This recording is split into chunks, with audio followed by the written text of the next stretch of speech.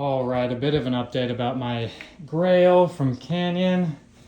Had a very minor spill, and unfortunately the rear derailleur hanger cracked kind of in half there. I was able to order some new parts, and I have everything kind of set away in terms of getting it repaired, but it's going to be a few days out.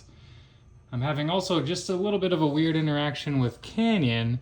I kind of messaged their service team to inquire about what kind of restocking fee I might experience for this damaged derailleur. I kind of put tape on it just so I don't have to look at it while I'm servicing it. Kind of makes me sad, but yeah, Canyon initially offered a free derailleur hanger and service.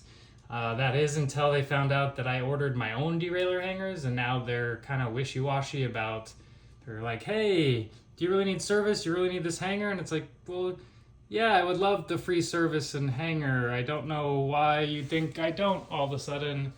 So a little bit confused about what's going on there. Not incredibly happy about that, but hopefully it all works out. In the meantime, we're using this other electric bike, Shimano Felt Verza. Small bike, it's my brother's bike. Works pretty well though, really solid.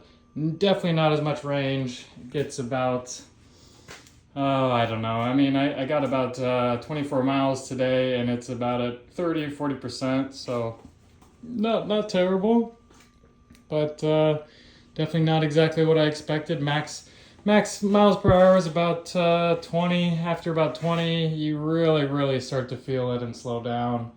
It's quite uncomfortable if you're trying to go very fast.